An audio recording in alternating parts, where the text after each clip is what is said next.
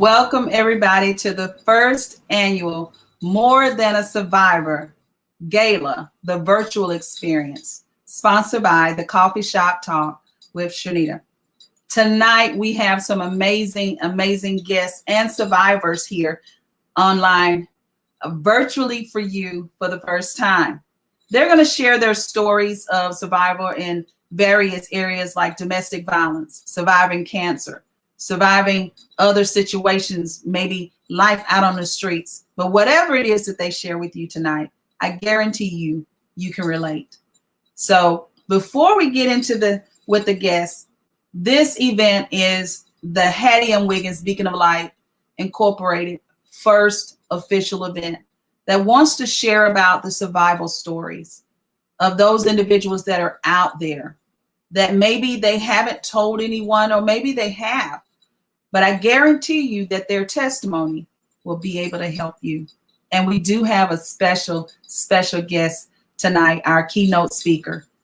When you hear his story, you're going to really understand where the heart of God and his love resides.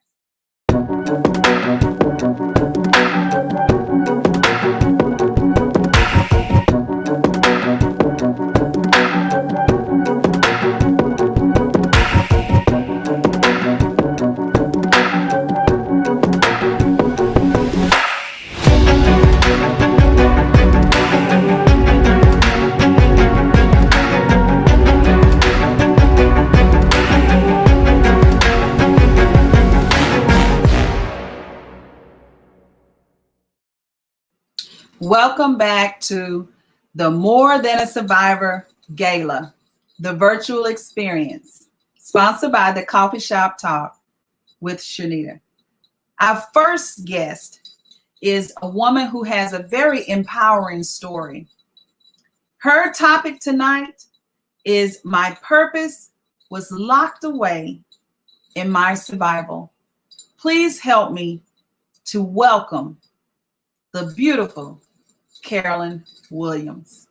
Hi, Ms. Williams. How are you doing this evening? I am doing well. How about yourself? I am great. And I'm so glad that you chose to share your story of survival this evening with our audience. Now, thank you for inviting me. You are most welcome. So I want you to have the run of things, and I want you to be open to share, because we know that a lot of times that the things that we've gone through, we are not, blind to the fact that we're not the only ones. Yeah. So we understand that our testimonies are what help others to have hope. So without further ado, I want you to share with us, what was it about your survival story that makes you want to share it with others?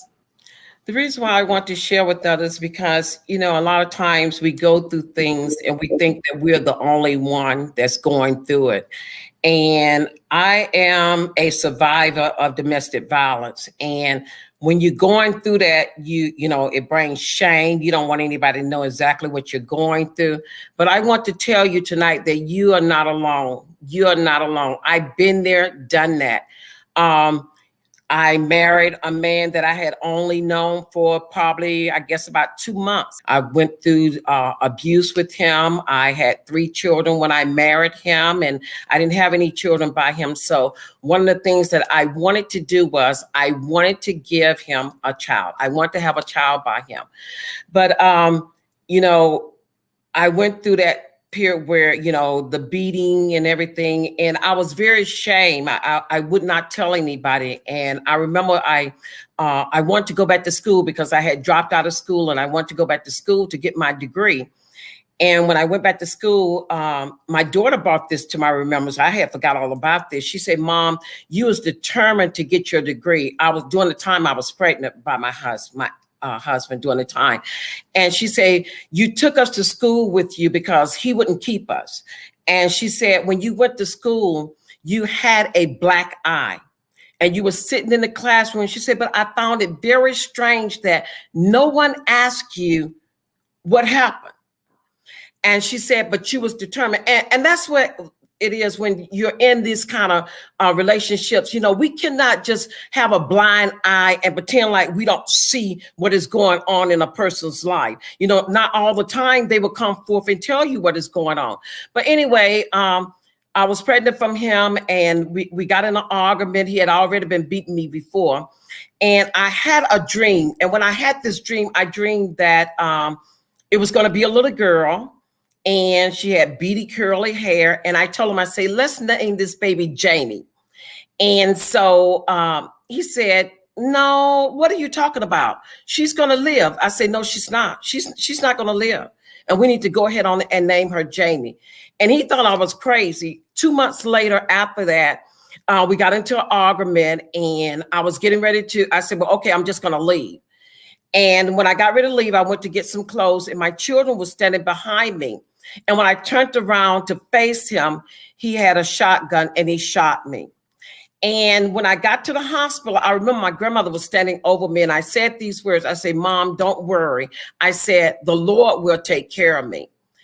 I was in a coma for 3 days, and the bullet, what happened, it made 8 holes in my abdomen, and it cut off the feeding sac of the baby. The doctor said that if I had not been pregnant, then I would have died. All right. All right. Truly, what you went through, your purpose was wrapped up in your pain.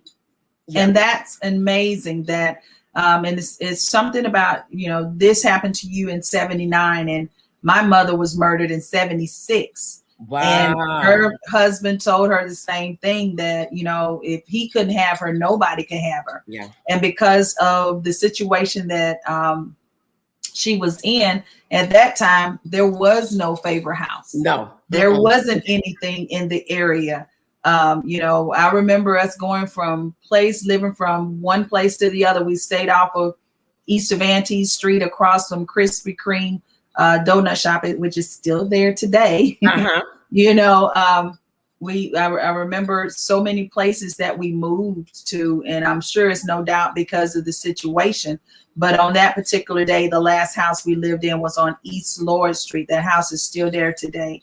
And her cousin on that day told her that he was telling people he was going to kill her. And she, just like you, she said, he says that all the time. He's not going to do anything. So unfortunately, something must have clicked inside of her to make sure we weren't at the house, because she was desiring to leave him.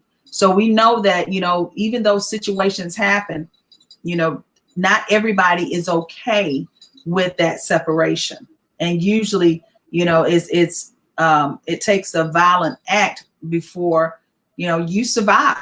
Yeah. You were able to, her story, she didn't get a chance to tell her story. So that's what I'm doing today, is being that voice for her. So I'm grateful that you are here to tell your story. You survived. Yeah. To tell your story. And I know so many women and men are going to be blessed because of that.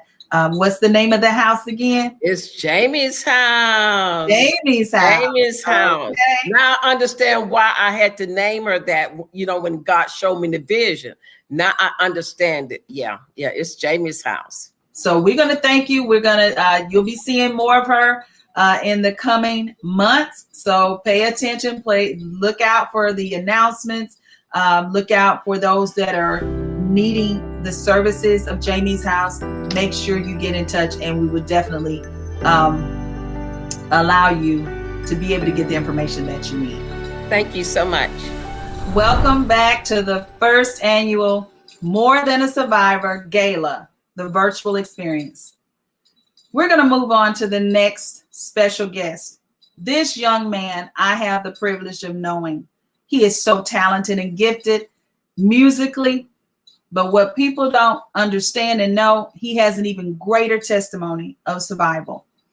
This evening, he's going to talk to us about how I survived the unthinkable early in life.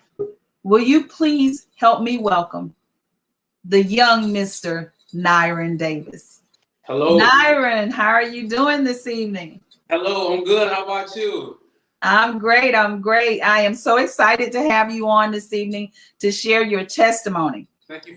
Maybe the next time everybody see you, they'll get a chance to see some of your gifts and talents in the future. Okay. Yes. But right now, I want you to share with us from your perspective, every moment that you experienced a struggle or survival. And I know one of them happened early on in life. Can you tell us what that was? So yes, I have experience with the disease that hit my body. You know, it was cancer. I got diagnosed with cancer in 2011, and I battled it for about 1.5 to 2 years. One of the most terrible disease you can ever battle. You know, you have a lot of disease that can really mess you up, but cancer is one that can take a strong body and try to make it weak. But that's the thing about life. It's a challenge where you have to be willing and able to fight. So I was diagnosed with cancer in 2011. On the second day of 4th grade, I got diagnosed with cancer. The way I found out that I was diagnosed with cancer was every night for the past 2 nights, I was crying myself to sleep because my right thigh, my right leg, it was in a pain that was undescribable, unexplainable, a thrashing pain that it sent the nerve, a shocking nerve up my body to where it just had me in tears. It had me balled up. I went to sleep at about 3 o'clock in the evening, 4 o'clock in the evening, crying because I can't go outside because my leg is hurting. I can't be a kid that's in the 4th grade. I can't just be a child right now. I have to be someone that's in pain. And I never thought pain could come to a child, but that's when I remember right then and there through my experience. It doesn't matter how old you are, how young you are, anything is possible to happen to you. But what matters is if you get over it. And I had to learn how to get over what I went through. So as I was diagnosed with cancer in the hospital and everything, taking chemo, mom dropping me back and forth from Gainesville. I'm talking about mom having struggling problems gathering money, just a whole lot of things. So it's like in the midst of me being diagnosed with cancer, my mom has a pacemaker that was installed into her early 2000s. So after 2011, 2012, me taking chemo treatment and all of that, I met this cancer camp in Mobile. I was going back and forth every year. I went for like 2 years straight, 2012, 2013.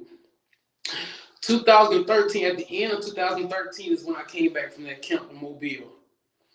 I was happy. It was a week worth of camp. They treat you to nice things. You get free everything, free Chick-fil-A, free clothes, free food. You get events. It was just a free thing. It was an event in a camp for people who was diagnosed with cancer.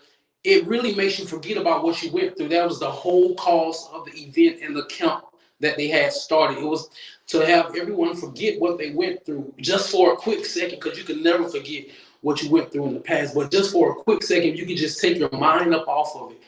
That's what they were focused on. But anyways, long story short, at the end of that week of being at the camp, I returned home to my mom and my sister.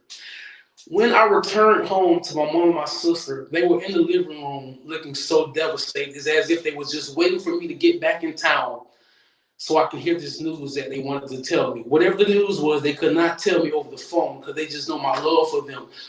So as I walk into the front door of my home, my mom and my sister just standing in the doorway. I know when something is wrong because the face my mom has, she don't say nothing. She'll just look at me like, son, what I'm going to tell you, I'm going to tell you. But at the end of the day, it's going to be all right. So my mom and my sister pull me to the side and she say, son, your sister had been diagnosed with cancer. Now, this is as soon as I got back from my cancer camp. I'm talking about I've just been off of chemo treatment. I've been off of all of that. I've been off of medicine. I've been off of fluids. I didn't have to get no more blood transfusion, none of that. I was good. Mom has taken care of me. Mom and God taken care of me. Came back from camp. My sister, my oldest sister, is diagnosed with thyroid cancer inside her throat. I'm so proud of you. And I know that your mom is smiling down on you. I know what it feels like to lose a mother. I've lost 2. And I can tell you that what it is that God has in store for you, only He can get done through you. And you're going to be many times you're going to miss her. You know, you're going to question, you know, there are going to be a lot of firsts that is going to, you know, to happen. And you will be wondering, you know, what would mama do if she was here, that type of thing. But the greatest thing I can tell from my own experience that you can do is to live the life that she imparted into you and continue the legacy that she taught you to do. Well, you just heard from this amazing young man about his testimony of surviving cancer, and he had a sibling that had cancer, and his mother had a heart condition. What a wonderful way to, you know, celebrate her by sharing her story with his story, to let people know that he is a survivor because his mother was a survivor.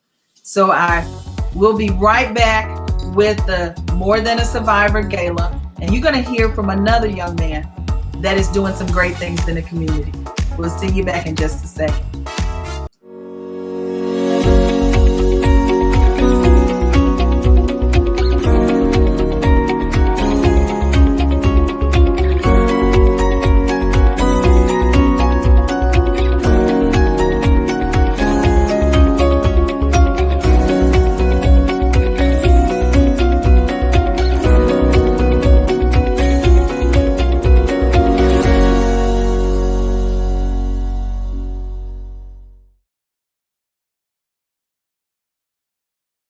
Welcome back to More Than a Survivor Gala.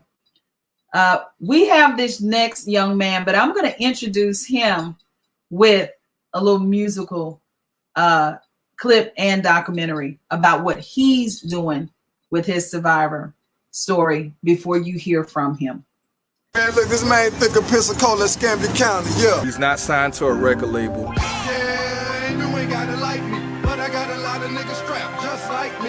He really took charge. And is now my patience is running thin. And y'all talking about putting together a committee and talking and doing more talking while people are dying. School. He was a good student, very smart young man. He was a real deep child from a young age. I've always been impressed by Jermaine, his willingness to engage in his community, his clear love for his son. Just happened to answer the phone, and it was Jermaine calling me long distance, distraught, crying.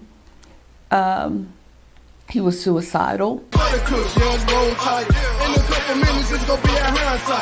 Okay, good. Well, I said, oh, so the foul play means what? Murder. Ooh. Say what God create, no man could break. I had to change. So without further ado, sharing his story, the mistake was counting me out. Please help me to welcome Mr. Jermaine Williams. Hey, how you doing? Thank you so much for having me. Thank you for coming on. I know you are a busy man. You got a lot of things going on. You're doing a lot of things. And rather than I talk about it, I'm going to step back and open the floor for you. I know you have won some awards recently. I want you to share about that. But more than that, I want you to share about your survival story. Yes. First off, my name is Jermaine J. Williams, and you know, I have produced a documentary, as you can see, about my life. You know, and one of the biggest mistakes that I have made was trying cocaine and diving in face first into an addiction. And at the time, what I didn't know, if I could go back and tell my young 20s, late teen self, is that addiction is just a symptom of poor mental health or a mental health condition. Didn't know that at the time. So I was trying to self-medicate. That's not, you know, an excuse, but that's what reality is. And because of that, you know, I was doing some great things while I was on drugs. You know, I was a rapper, and, you know, in high school, I started my own record labels, you know, and had my group as I act, and we signed more acts of people my own age in high school, and, you know, was part CEO. I went on to write a book. I've done a lot of great things. Community organizing, was an effective activist in the city of Pensacola and Florida, for that matter. I helped a lot of people statewide do a lot of great things. One of the key feather in my cap statewide was getting Amendment 4 on, helping to get Amendment 4 on the ballot, which gave the felons their right back to vote. Great speeches. I've done a lot, put a lot of pressure on people in power. But through it all, when no one was looking, I was struggling with cocaine and suicidal thoughts.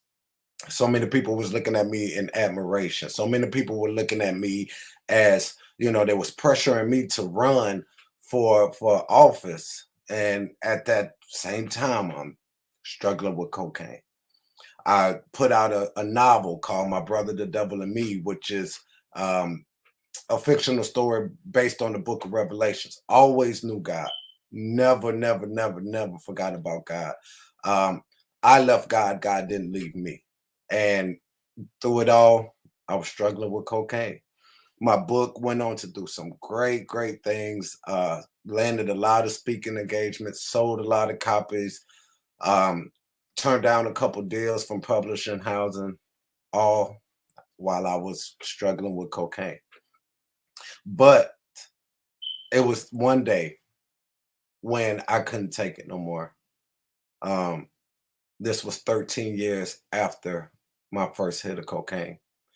And I was ready to put it into it. I tried rehab. I tried everything that man had, 12 steps, NA, AA, whatever. Nothing worked. And it was going to be one or two things that was going to happen. I was going to hang myself, which I was already fitted my neck and everything. Or I was going to go to church, which had happened on a Sunday night. I mean, I stayed up all night Saturday night getting high and drunk. So I end up taking the ladder and going to church. And while I'm sitting in church, I remember something my pastor from a couple years earlier saying, sometimes you have to just praise things off. Now, I was a prideful guy because I was a rapper. Just being honest, I had a bit of an ego because I've done some okay things. But it's just something about me being in church and just standing up with my hands up in total submission. I just could not do it. And not even, none of my time in church, none of my time. I mean, like I get the word, but I just could not praise God. But at that moment when I remember what my pastor said, and then I heard the voice of God. And when I used to hear people say I heard the voice of God, sometimes I would roll my eyes. I'm like, the voice of God, it sound good. But no, I heard it. And when I heard that faint whisper in my ear, every hair on my head, on my body stood up. And God said, if you want to be done with this, you got to praise me like you never did before. There's so many stories that I could go down. But all I want you to know is do not let your mistakes define you. You learn from them, and you let those mistakes lead you to your own greatness. Thank you. Wow. Such a powerful story. And I know that this is just the beginning of what God wants to do through you. So I'm excited about this connection, this opportunity for you to share your story worldwide. And the fact that you have survived and sustained, and now you're reaching back to help others is amazing. And I want you to know that he has the documentary out, and he has a lot of other things. He was very modest tonight. He is such a talented person.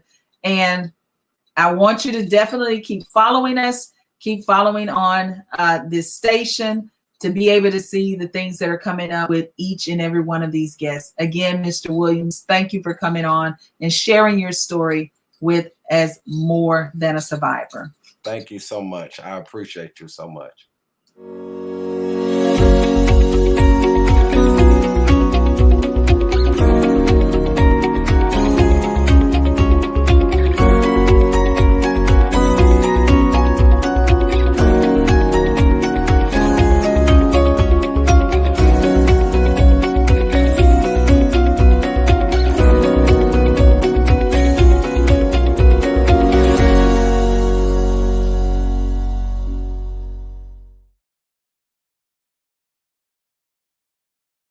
Next up, we have our keynote speaker. But before I bring him on, I want you all to join us and watch this video clip that's going to pretty much share in a nutshell about his journey, his story.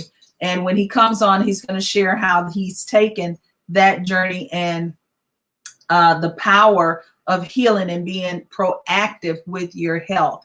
So if you will, I want you to watch this clip with us. Unsung. The story of Full Force. What's up, people? This is my home away from home. When I'm in a good mood, I have to train. When I'm in a bad mood, I got to train. I got to get it in. You got to train everything. The body, the mind, and the spirit. When you tie those three together, you can move mountains, you can change attitudes, and you can eradicate disease. But Full Force's inner strength is being put to the test. In 2006, Paul Anthony was diagnosed with mantle cell lymphoma, a potentially deadly cancer. You're staying healthy and you're doing all the things you can to help yourself. Good. I'm taking your best advice that you told me. Just, got to go through to get through, and I'm good. Fantastic. I did I think 6 months of chemo, and it was crazy because I would do my chemotherapy, then I would go train, because I know the day after it's like, okay, I got to be still, because then you got that thing going on in you. When Paul would go get his chemo and stuff, he would still be in his hospital room doing his dips between the beds and working out, and still being positive and still being strong. He tolerated it exceedingly well. He's a person who's incredibly upbeat and optimistic. He's in fantastic physical shape, and he did everything he could possibly do on his end to stay in the best physical condition and mindset to get through therapy. All right, we welcome you, Mr. Paul Anthony George of Full Force Group, the House Party franchise, and now the Paul Anthony Cancer Foundation. Yes. Wow. That clip said a whole lot, but I'm pretty sure there's something else that you have to add. Can you tell us what it was like when you were doing that Unsung project? Yeah. But first of all, I need to thank you greatly. I haven't seen that in about 5-6 years. Rarely. I have not seen that. And wow, it brought back some serious relives, some real memories of wow, how serious it was and how much the abundance of love, the overflow that came, that was just as potent as the chemotherapy, in many cases more than. So I want to thank you for showing that, and it definitely takes me back, Yeah. But yeah, going through that process was, we're all dealing with different challenges, and it was very challenging. But sometimes there's been many times where I wondered about myself realistically, because I would tell Lou, I would say to Lou, yeah, Lou, I said, they say, you're battling with cancer, but I don't know if this is such a battle. And I mean, lymphoma is deadly. There's no cure. Leukemia, the one I had, is acute, meaning fast moving. But my mind was always like, is this really a battle? I don't know if it's a battle. I don't know. I mean, cancer, I think maybe it's just a wake-up call to tell your soldiers, wake up. We got something to do. Let's get our backs to the gate. Even when I was going through the treatment, I was preparing myself for the chemo more than the cancer, because the cancer is not the foreign agent. We all have cancer cells, and what we do or we don't do, activate them or not. I was preparing myself for the chemotherapy. So I just put my mind in states of, yeah, I guess it's supposed to be a battle. Let's just dance with it. That was my mindset. And then, throughout the whole thing, when I first said it, I said, well, you know what? Just in case, you never know what tomorrow brings. Let's document this. And because my goal, ever since we were young, singing on the street and learning music and writing, my goal has always been to live forever, and what we do and what we manifest is how we live forever, what we leave here. So I've always felt that way before we even wrote Basketball for Curtis Blow or Roxanne. I'm like, this is how we leave forever, our legacy, And so I just kind of let that channel into that mindset. Of course, I was cognizant of what I was dealing with, but my mindset was like, you know what? Just in case, let's document it so I can live forever, you know, and touch lives. But we knew it would come back, you know. But yeah, it was a heck of an experience. Challenging, yeah. I always believe that God gives his toughest battles to his toughest warriors, you know. So I'm known in the music business by inspiring literally millions in bodybuilding and fitness and training, by being one of the first to put it out there in videos and everything like that. So to me, that's just a testament of how God gives his toughest battles to his toughest warriors. But make no mistake about it, without the constant insulation from the love I would get from family and friends and people I don't even know, you know, it just prepared me even more, you know. So it's not all me, you know. It takes a village. So tell us about the Paul Anthony Cancer Foundation. Yes, the Paul Anthony Cancer Champion Foundation. Our mantra is the cancer survivor walks the earth, but the cancer champion conquers the world. Meaning, yeah, we all survive, but if you get your mind right, know that, you know, I'm more than surviving. I'm championing this. I'm already in activation. I'm going to go through this. So what I try to teach through that is it starts with health. It starts with health in all aspects of it: a healthy mind, a healthy body, a healthy spirit, you know, and take care of us. Take care of yourself, particularly the male. Man, we are the endangered species because we ignore the signs that are there. So we need to be proactive with our health, proactive with our life, proactive with our love. You know, one of my phrases I made was proactivation times integration equals eradication. You know, the more you're proactive and stay on top of things, and the more you use all the tools that are available to you to deal with that elusive enemy, you know. So it's not about this or that, it's this and that in life. You know what I mean? So we have a lot of things. I did circular breathing. The first thing I did when I was diagnosed, I went to a spiritual advisor way uptown, and she told me, you're going to be fine, but God's going to put you through some things this way. When it's time to share your journey, they'll know that your words of life and death were true. So I went to see her before I even went to doctors and anything else, because I wanted to make sure spiritually I was in line.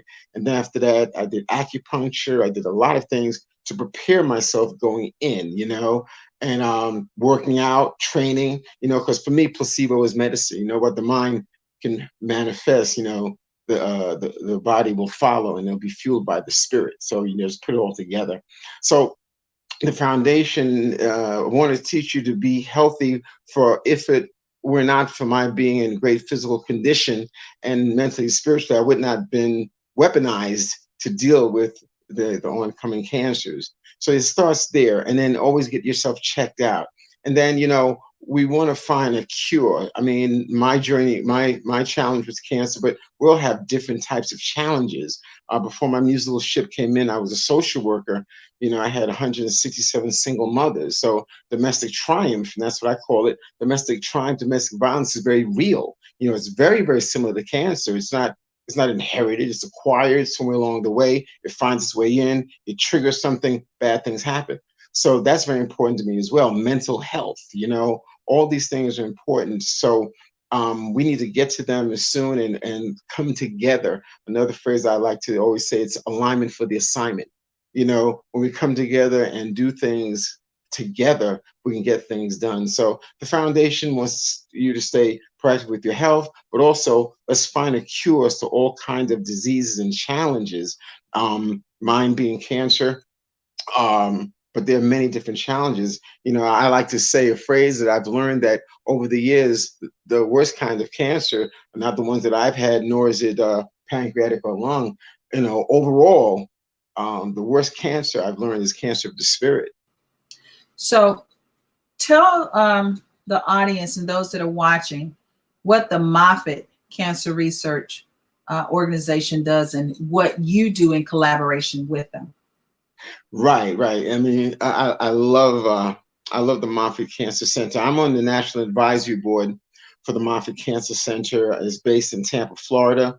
I call my H. Lee Moffitt our spiritual architect, because back in I think '65 he raised millions of dollars to start the Moffitt Cancer Center. Actually started because of a good friend of his, George Edgecombe, who was a Black man, and that initiated it. So I'm also on the George Edgecombe Society, which is also a very prominent board brought on by Dr. B. Lee Green. He brought me on that board, dealing with the disparities in the community. So I'm on both boards, you know, and with a host of wonderful people. My man Brian Glazer, shout out to Brian Glazer, owner of the Buccaneers, Tampa Bay Buccaneers, the champion Buccaneers. You know, he made a wonderful donation to the foundation not too long ago. I was just going back and forth with another wonderful spirit. Her name is Lisa France Kennedy. She owns NASCAR and International Motorsports, and our good friend Ed Droz, co-founders of Hooters, and we just brought on Jerry Jones, the owner of the Dallas Cowboys. My good buddy, my brother from another mother, former White House correspondent Sam Donaldson, you know, and Dr. Hughes, now the CEO. I mean, there's a lot of very prominent, powerful people that's come together to do some things, and they know that I'm in activation. I'm in the community. I'm with them, but I'm down in the street also. So 2022 is going to be some wonderful things, you know. Brought on the young lady named Amy Baker.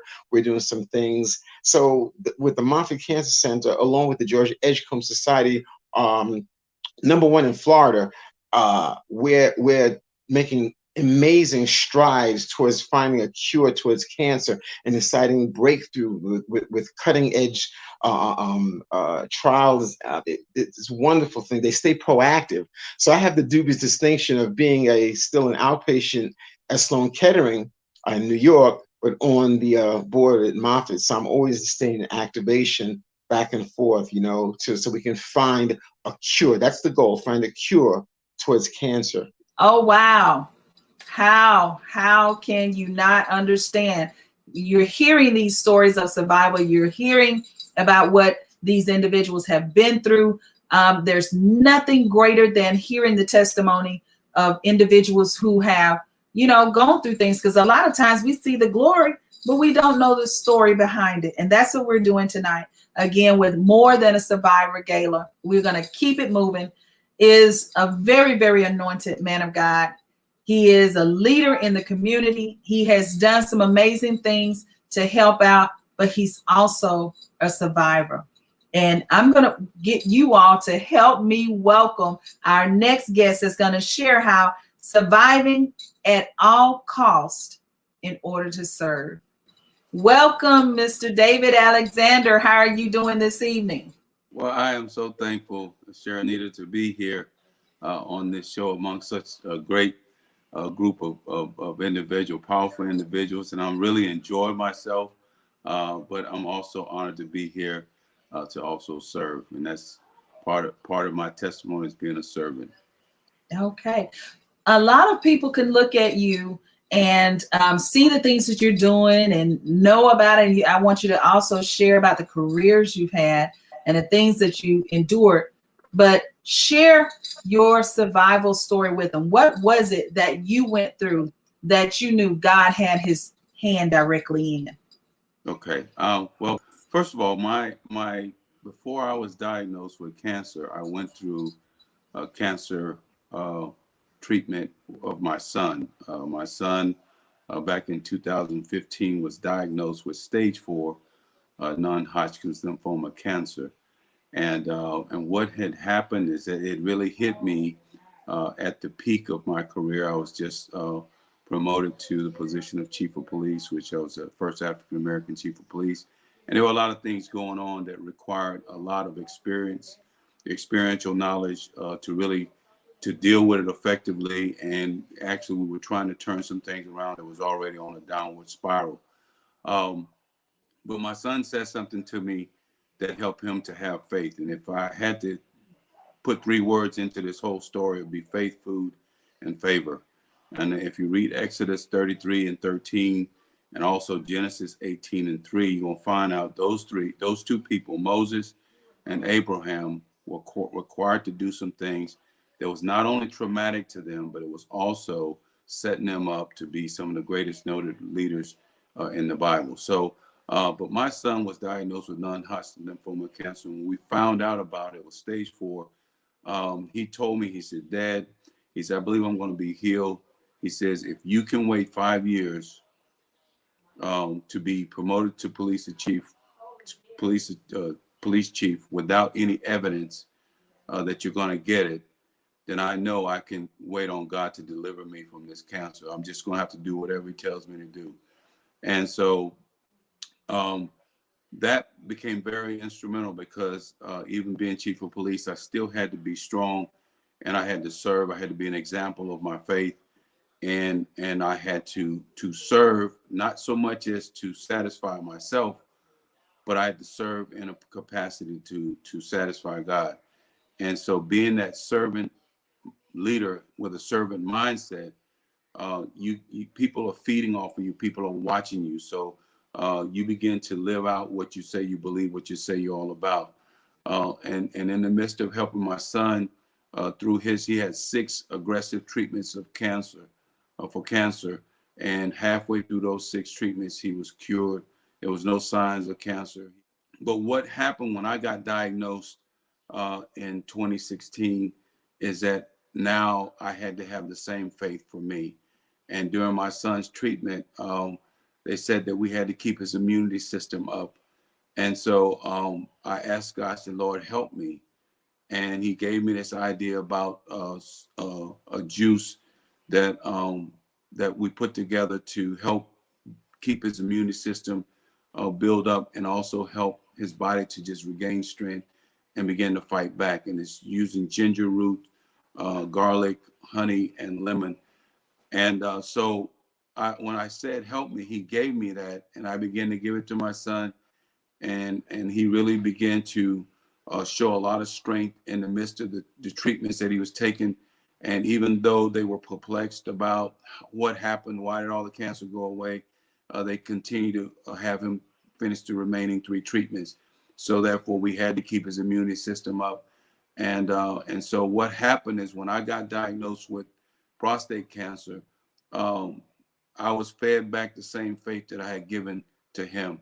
And I'm thankful today, not only to be a survivor, but during the time I was going through cancer treatment, I was still the chief of police, and we were accomplishing very monumental things. And so you were asking me what helped me to serve and protect others while I was going through. Well, one of the things is that realizing it really wasn't about me anymore. And that's one of the things about when you have been chosen. And I think this was mentioned with some of the other speakers. When you are chosen for such time as this, it's really not about you, but it's what's going to be accomplished through you. And being a police officer is a very challenging job with all the racial climate and all the things that happens with public safety. We all can go through traumatic experiences in life that can feed into the weakening of your body's ability to fight for your good health. And so you could easily be diagnosed with a cancer that may have originated from just your body going through the results of a traumatic experience early on in life.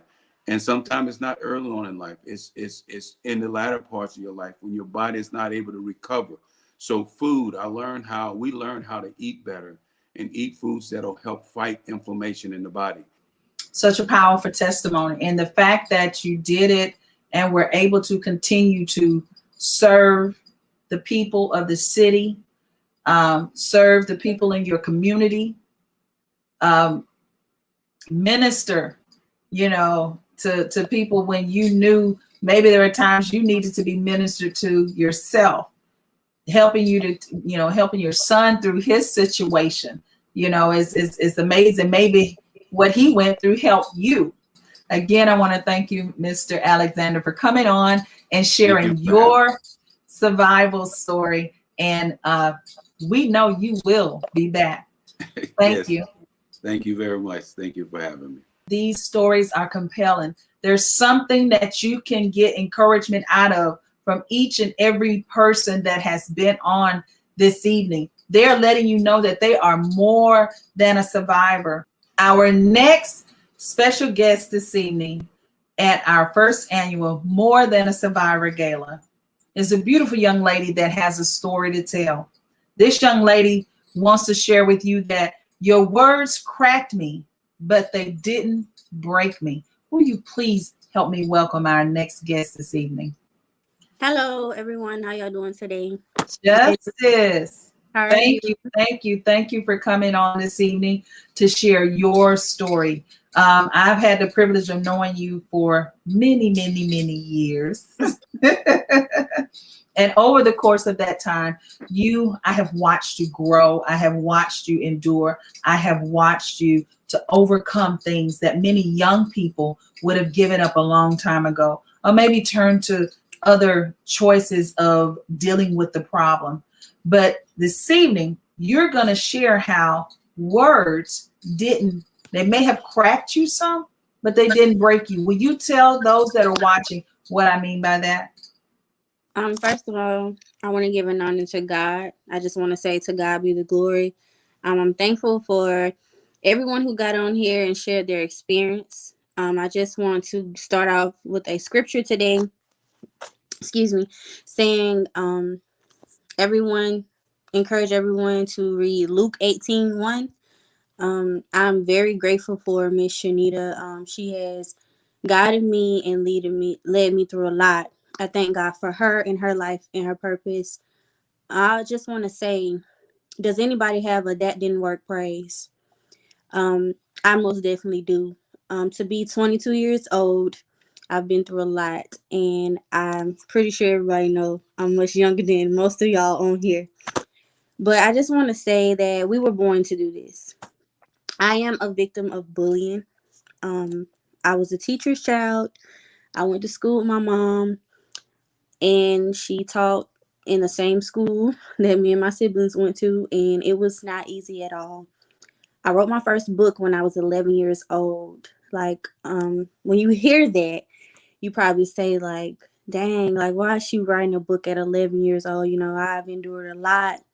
I've seen my parents go through a lot, raising kids at a very young age and having to hold their own hands. It was very hard. Being in a school with kids who get mad at you about whatever your mom gives them, they take it out on you. I dealt with that. I've dealt with suicidal thoughts, maybe trying to take myself out a couple times. I've had fractured bones. I've dealt with guys picking on me because they couldn't talk to me. You know, just different stuff I went through before the age of 15. I just thank God, because God knows the devil tried to take my joy. He tried to steal my peace. He tried to make me turn on my family, but that didn't work. And I just want to encourage everyone today. I often go through certain situations with family, but I can feel the shift in my life and God just turning certain things around. I learned to trust myself and stay positive. I just want to encourage everyone to really take care of their mental and know their worth, because being traumatized and not overcoming certain situations can really harm you, and it can harm other people. I just ask God to really work on me, which he's still doing. I've been on broadcasting TV shows with Miss Shanita and different other authors, and I've shared my story. It was just very hard just growing up being bullied. My mom may have lost her job 2 or 3 times, and she was bashed on the front page of the newspaper. And I remember going to school and kids were picking at me, and it was so hard because I was sensitive, I was emotional, and I didn't know what to do. I remember getting into fights and stuff like that, just asking God to just kind of move me around and take away the anger, because those situations caused me to be angry in life. And it really hurt me to see my mother go through that, but through it all, you know, we're still here. And I thank God for birth in our bodies.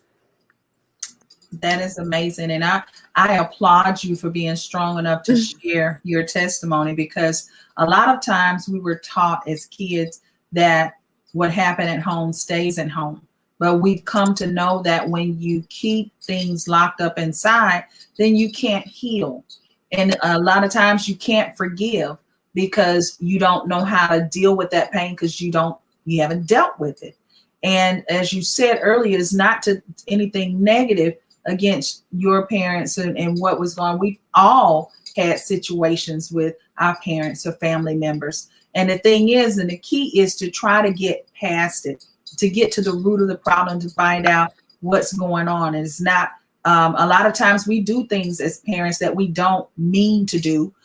We make decisions that we wish we could take back, because of the way we were either, raised, or sometimes careers we get into that are traumatic, that can cause PTSD, or, as you say, mental issues to happen, that because we haven't dealt with it. So I applaud you for sharing, because all of that makes a difference. If we don't get to the root of it, then we'll have generational curses that are passed down maybe to your child or children, so you finding and getting that now, I think is a great thing. What is it that you've learned from being experiencing the bullying? We know that bullying hurts, but what is it that you could share with a young man or woman that's being bullied right now, or maybe going through some struggles with their parents or guardians right now? What would you share with that person? I would share to be closer to God, really meditate and get into the word, and really know who you truly are yourself, and ask God to help you control your emotions if you don't know how, because having emotions overbear you is very hard. And me personally, I was very sensitive growing up, and still to this day, some things still bother me, and I have to train my mind to tell myself not to let things get to me, because people you thought would be here for you, they're not. Life change, people change, things hurt, but you have to learn how to push forward throughout everything and have the strength to just move forward.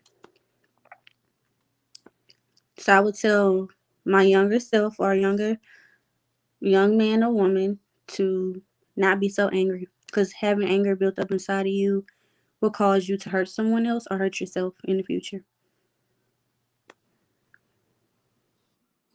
Well, again, I applaud you for sharing your story. We have another special guest and a professional is going to share how you can be proactive with your health care. She's going to share with us tonight and tell us how we can do that here in the city of Pensacola. Alicia, how are you this evening? I'm great, and you? I am great. I know after hearing all of this going on, the wheels have been turning in your head. Oh my God, I can't wait to share with them about this. So you are here in Pensacola. Can you tell our audience that's watching who you are and what you do? My name is Alicia Williams. I'm the lead navigator for the Faith Health Network of Baptist Healthcare. And the Faith Health Network is a program that is the bridge between congregations in the healthcare field. What can you tell us this evening that we can do to be proactive with our healthcare, either before or after these situations? Well, I always tell everyone, your health is your wealth, and you are your biggest advocate. So I tell everyone to reach out to someone if you feel like you need help. In Baptist, with the Faith Health Network, we do have we offer classes on the third Thursday of each month, where we speak on different topics each month. So some is health, your heart, diabetes, men's health, women's health, and different cancers. And also, I always tell people cancer, the earliest detection is the best treatment. So always get screened, eat well, and stay active. So what are some things that are here in the community that are happening at Baptist Hospital that will help us to do those things that you're talking about? We have a Faith Health Network Academy. And like I said, that class meets on the third Thursday of each month. Each month there's a different topic. So you can come in and be a part of that. It's free to the public. I always tell people it's hard to sell free, but we also did the no-cost mammograms. It's called Sister for Sister, where we offer the no-cost mammograms. We go to different congregations and we teach classes. We also bring classes into the hospital. We ask that the church have a covenant with the program. And even if they don't have a covenant, they still can come into the classes. We put them on all social media websites, and we post them in the newspaper. So, and they can always call 469-PRAY. Now, Baptist does have partnership with Lakeview. We're not a part of Lakeview anymore, but they do have partnership with Lakeview. But I also have my nonprofit, which offers mental health counseling. It's called Love Tags, and we try to help heal the hearts and restore the minds of individuals in the community. We do a lot of grief counseling, and actually Jermaine Williams is a part of that program. I want to bring back up our keynote speaker this evening because he has a special announcement.